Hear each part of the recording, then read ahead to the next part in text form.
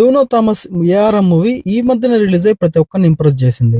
ఓటీటీలో స్ట్రీమింగ్ వచ్చిన తర్వాత కూడా ప్రతి ఒక్కరు కూడా చూడడం జరిగింది ఇంట్రెస్టింగ్ గా. టోనో థామస్ నటించిన మరొక చిత్రం నారదన్ మూవీ. ఈ నారదన్ అనే మూవీ నారదుడు అనే పేరుతో ఇప్పుడు ఈ నవంబర్ 29 నుంచి ఆహా ఓటీటీ ప్లాట్ఫామ్ లోకి స్ట్రీమింగ్ కి వచ్చింది. ఈ నార్దన్ మూవీ థియేటర్స్ లో మార్చి 3, 2022 సంవత్సరంలో రిలీజ్ అయింది. అప్పట్లో రిలీజ్ అయిన ఈ మూవీ మంచి రెస్పాన్స్ కూడా వచ్చింది. ఈ మూవీ డైరెక్టర్ వచ్చేసి ఆషిక్ అబు.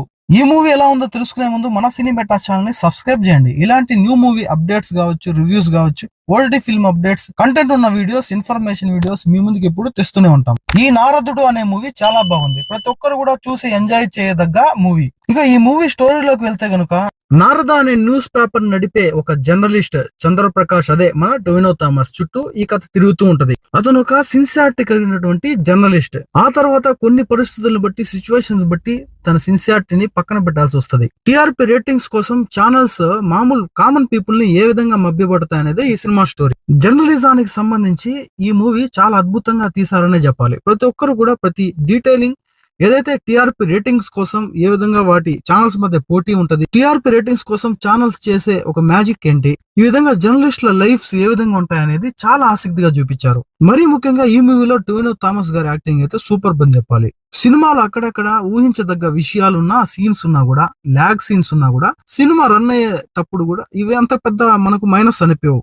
ఇంతకు ముందు కన్నా ఇప్పుడు మూవీ ఇండస్ట్రీకి సంబంధించి బౌండరీస్ అనేవి పెరిగాయి. వేరే అదర్ లాంగ్వేజెస్ మూవీస్ కూడా పక్క లాంగ్వేజెస్, వేరే లాంగ్వేజెస్ కి డబ్బింగ్ అవుతూ వాటి సినిమా స్థాయిని అయితే పెంచుకుంటున్నాయని చెప్పాలి. ఇంతకు ముందు చూసుకుంటే కనుక తమిళ మూవీస్, మలయాళం మూవీస్ డబ్బింగ్ అయ్యేటివి కావు. తమిళ సినిమాలన్నా పక్కన పెడితే మలయాళం మూవీస్ అస్సలు అయ్యేటివి కావు. హిందీ సినిమాలు అడపా డబ్బింగ్ అయినా కూడా ఈ తమిళ సినిమాలు ఇంకా చాలా పెద్ద సక్సెస్ అయ్యి మంచిగా కనెక్ట్ అయ్యింది అంటే తప్ప డబ్బింగ్ అయ్యేటి కాదు. ఇప్పుడు ప్రతి సినిమా కూడా ప్రతి లాంగ్వేజ్ లో డబ్బింగ్ అవుతుంది. అది తెలుగు మూవీస్ కావచ్చు, తమిళ మూవీస్ కావచ్చు, కన్నడ, మలయాళం, హిందీ మూవీస్ ప్రతి ఒక్కటి కూడా పక్క లాంగ్వేజెస్ కి, వేరే లాంగ్వేజెస్ కి డబ్బింగ్ అయ్యి వాటి మార్కెట్ అయితే ప్రపంచవ్యాప్తంగా పెంచుకుంటుందనే చెప్పాలి. టెక్నాలజీ మారింది. ఒకప్పట్లో సినిమా తీయడం అంటే అది చాలా పెద్ద సాహసం అనే చెప్పాలి. ఇప్పుడు టెక్నాలజీ మారింది. చాలా ఈజీగా అయితే సినిమాలు తీస్తున్నారు. చాలా ఈజీగా డబ్బింగ్ ప్రతి ఒక్కటి కూడా చాలా ఈజీగా అయిపోతున్నాయి. అలా వచ్చిన ఏఆర్ఎం మూవీ తర్వాత తెలుగులో కూడా టోనో థామస్ గారికి చాలా మంది ఫ్యాన్స్ పెరిగారనే చెప్పాలి. ఏఆర్ఎం మూవీ తర్వాత ఇప్పుడు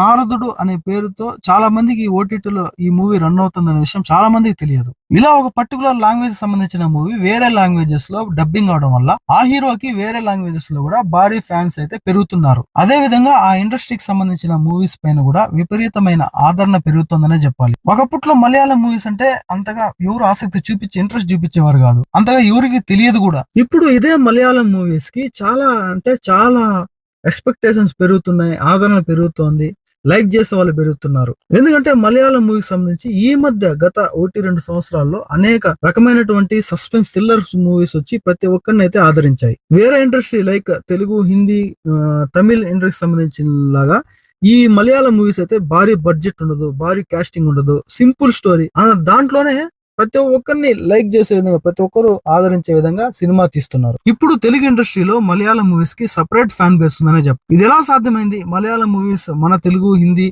అదే విధంగా తమిళ్, కన్నడ, వేరే అదర్ లాంగ్వేజెస్ లో డబ్బింగ్ అవడం వల్లనే కదా. కాబట్టి ఒక మంచి సినిమా నారదుడు మూవీ ప్రతి ఒక్కరికి కూడా అలరించే సినిమా. కాబట్టి ఇంకా చూడని వాళ్ళు చూసి ఎంజాయ్ చేసేయండి. నెక్స్ట్ వీడియోతో మళ్ళీ కలుద్దాం. ఇప్పటి వరకు మన ఛానల్ సబ్స్క్రైబ్ చేయకుండా ఉంటే ఇలాంటి న్యూ వీడియోస్ కోసం, రివ్యూస్ కోసం ఎప్పుడు మీ ముందుకు వస్తూనే ఉంటాం. మన ఛానల్ సబ్స్క్రైబ్ చేయండి, సపోర్ట్ చేయండి. మీరు కాకపోతే ఇంకెవరు చేస్తారో ఒకసారి ఆలోచించండి. Thank you for watching. జై హింద్.